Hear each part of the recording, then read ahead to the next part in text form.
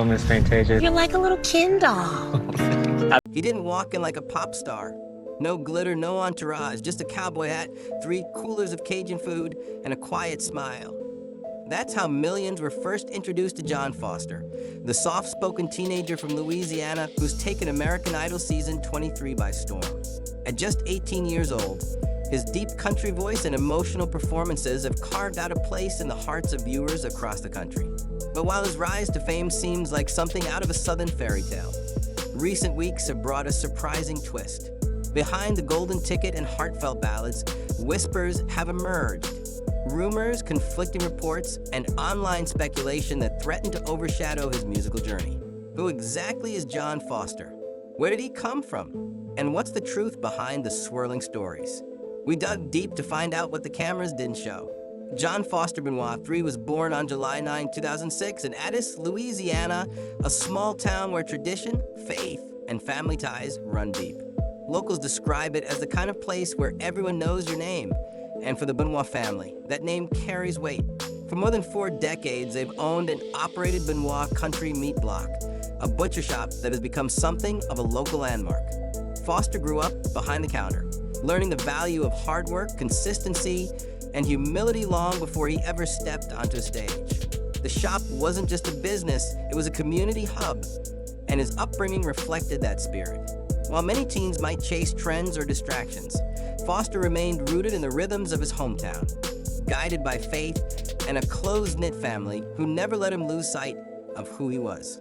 Even before his voice captured America's attention, it was his quiet presence that stood out, an old soul in a young man's shoes. Unlike many young performers who've spent years in vocal lessons or talent showcases, John Foster's path into music began quietly and relatively late.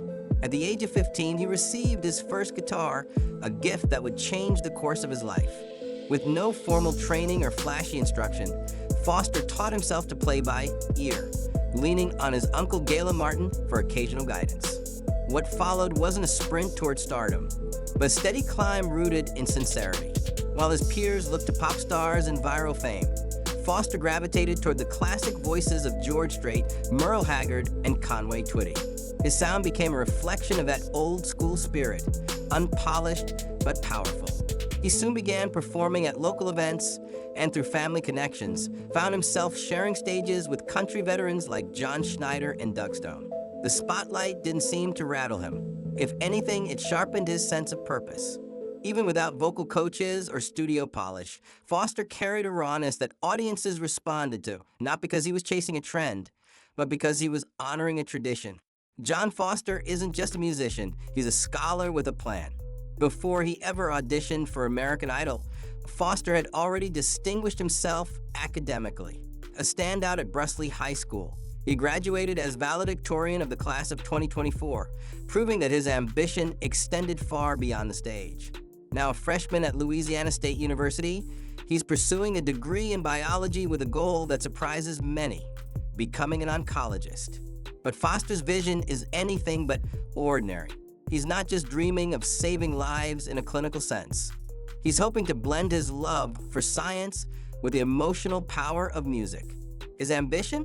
To become a singing doctor, someone who uses melody as medicine to bring comfort to patients during their hardest battles. Grounded in his Catholic faith, Foster's approach to life is deeply personal.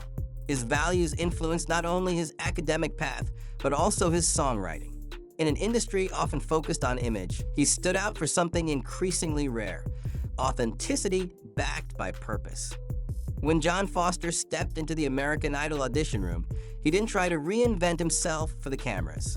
Wearing a cowboy hat and carrying 3 red coolers filled with homemade Cajun food, he greeted the judges not like a contestant, but like a neighbor.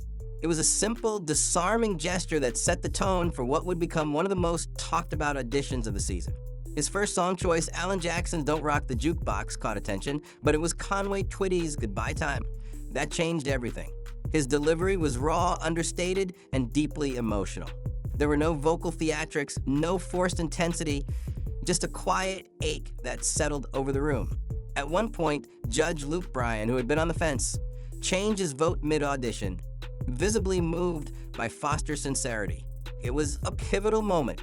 In a competition filled with powerhouse vocals and high production values, Foster's appeal lay in his simplicity. He wasn't trying to impress. He was just telling the truth in song. And it worked. The judges awarded him a golden ticket, but more importantly, they acknowledged something rare. A performer who leads not with ego, but with heart. While John Foster's audition earned him a place in the competition, it was an original song, written from a place of deep personal grief, that solidified his emotional connection with audiences nationwide. The performance came during a later round of American Idol, and its impact was immediate. The song Title Tell That Angel I Love Her was written for Maggie Dunn, a close friend and high school cheerleader who tragically lost her life in a car crash on New Year's Eve in 2022. Maggie and her friend Caroline Gill were killed when a police officer involved in a high-speed chase collided with their vehicle. The incident sent shockwaves through their community in Brusly, Louisiana, and left a scar that Foster carried quietly into the night he chose to share it through music. Standing alone with his guitar, Foster barely spoke before strumming the opening chords. His voice cracked with emotion, and his eyes brimmed with tears as he delivered a chorus that was simple but devastating. Lord, won't you tell that angel I love her as soon as you can? There were no theatrics, no forced sentiment, just a young man channeling raw grief into melody. By the final note, the room was silent. Foster whispered, "I love you, Maggie," and wiped his eyes. Judges Carrie Underwood, Luke Bryan, and Lionel Richie were visibly moved. Underwood called the performance beautiful. Bryan said it erased any doubt about Foster's place in the competition. Richie described it as real life in a song. It wasn't just a performance, it was a release. And it marked a turning point in Foster's journey. The moment his music stopped being just impressive and became unforgettable. As John Foster advanced into the American Idol Top 10, public interest in his life off stage exploded, and with it, a wave of misinformation. Seemingly overnight, the internet filled with conflicting details about his age, origin, and even his professional affiliations. One of the most persistent rumors claimed Foster was actually 24 years old, far older than the 18 he claimed to be on the show. Some social media users pointed to photos and misdated posts as supposed evidence. But official records and Foster himself confirmed the truth. He was born on July 9, 2006. The accusation was baseless. Confusion also swirled around his hometown. While Foster clearly stated he was from Addis, Louisiana, several online sources incorrectly listed his residence as Benton, Kentucky, another small town with no connection to his story. Foster clarified the mix-up, linking his roots directly to the family meat shop in Addis. Perhaps the most bizarre claim involved country legend Dwight Yoakam. A viral post alleged that Yoakam had signed Foster to Sugar Hill Records and was mentoring the team behind the scenes. The story gained traction, but according to Foster, it was entirely false. He has no relationship with Yoakam and is not signed to any label. Even his name stirred debate. John Foster Benoit is his full legal name, but he prefers to go by his middle name, Foster, a decision that led some to question his identity. Foster addressed this calmly, reiterating his Louisiana heritage and connection to the Benoit country meat block. If anything, the rumors only seemed to strengthen his resolve, rather than capitalize on the confusion or fuel speculation. Foster chose to correct the record quietly and keep the attention where he believes it belongs, on his music.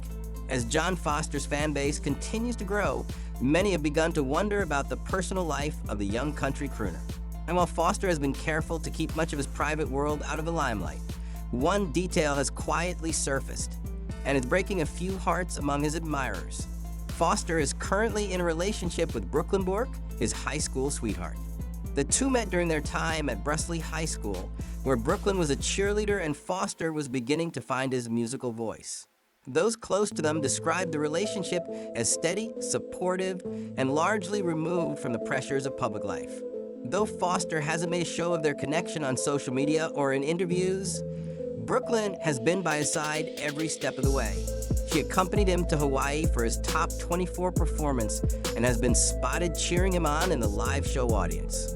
Friends say her presence offers him a sense of normalcy and grounding, an anchor as he navigates the pressures of a national competition. In an era where many contestants broadcast every detail of their love lives, Foster's decision to keep his relationship low-key says a lot about his character. It's not about the attention. It's about having someone in his corner who knew him before the cameras ever started rolling. With a voice that evokes another era and a story that resonates far beyond the stage, John Foster is fast becoming a standout figure in the world of modern country music. But even as his performances captivate millions and his name trends online, those closest to him say little has changed. Foster remains, at his core, the same quiet young man from Addis, Louisiana. He hasn't hired a flashy PR team. He hasn't signed with a record label. And unlike many contestants who shift their public image as their profile rises, Foster has continued to show up just as he is, genuine, grounded, and focused. He still talks about becoming a doctor. He still sings about love and loss in a way that feels lived in. And he still credits his family, his faith, and his roots for shaping who he is today. While others chase spotlights and sound bites, Foster continues to let his music do the talking. And in a season filled with vocal fireworks and viral moments, his quiet authenticity may be what sets him apart most of all. In the whirlwind world of reality television, where spectacle often overshadows sincerity, John Foster has carved out a rare space. He didn't arrive with industry buzz or viral fame. He brought a story, a voice, and a sense of purpose that resonated far beyond the competition. From honoring a lost friend with an aching ballad, to correcting false rumors without drama, to staying true to his plans for a future in medicine, Foster has shown that it's possible to be both grounded and gifted. His rise hasn't been fueled by flash. It's been built on faith, family, and an unwavering sense of who he is. As the season continues, it remains to be seen how far he'll go on American Idol. But one thing is already clear. John Foster didn't just show up to sing. He came to remind us that sometimes the most powerful performances don't need a spotlight. They just need a little honesty, a lot of heart, and a voice that tells the truth. He didn't walk in like a pop star. No glitter, no entourage, just a cowboy hat, 3 coolers of Cajun food, and a quiet smile. That's how millions were first introduced to John Foster, the soft-spoken teenager from Louisiana who's taken American Idol season 23 by storm. At just 18 years old, his deep country voice and emotional performances have carved out a place in the hearts of viewers across the country. But while his rise to fame seems like something out of a southern fairy tale, recent weeks have brought a surprising twist. Behind the golden ticket and heartfelt ballads, whispers have emerged, rumors, conflicting reports, and online speculation that threaten to overshadow his musical journey. Who exactly is John Foster? Where did he come from? And what's the truth behind the swirling stories? We dug deep to find out what the cameras didn't show. In the whirlwind world of reality television, where spectacle often overshadows sincerity, John Foster has carved out a rare space. He didn't arrive with industry buzz or viral fame. He brought a story, a voice, and a sense of purpose that resonated far beyond the competition. From honoring a lost friend with an aching ballad, to correcting false rumors without drama, to staying true to his plans for a future in medicine, Foster has shown that it's possible to be both grounded and gifted. His rise hasn't been fueled by flash. It's been built on faith, family, and an unwavering sense of who he is. As the season continues, it remains to be seen how far he'll go on American Idol. But one thing is already clear. John Foster didn't just show up to sing. He came to remind us that sometimes the most powerful performances don't need a spotlight. They just need a little honesty, a lot of heart, and a voice that tells the truth.